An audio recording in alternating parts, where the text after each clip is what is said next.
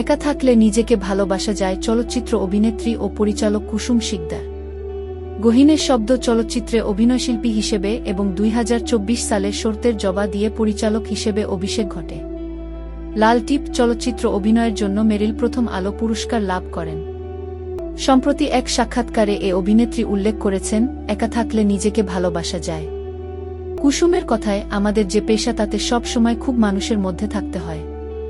মাঝে আমাদের ব্রেক দরকার হয়, যেখানে একা থাকা যায়, নিজেকে সময় দেওয়া যায়, নিজেকে ভালোবাসা যায়, নিজে কি চাই সেটা চিন্তা করা যায়। এরপর বলেন, আমার মনে হয় যে একা থাকলে কাজে অনেক বেশি মনোযোগ দেওয়া যায়, ভাবা যায় এবং সৃজনশীল কাজের জন্য একা থাকাটা অত্যন্ত জরুরি। সবসময় শাড়ি কিনে পরি উল্লেখ করে অভিনেত্রী বলেন, আমি সব সময় শাড়ি কিনে থাকি, কখনো স্পন্সর কাপড় পরিনি।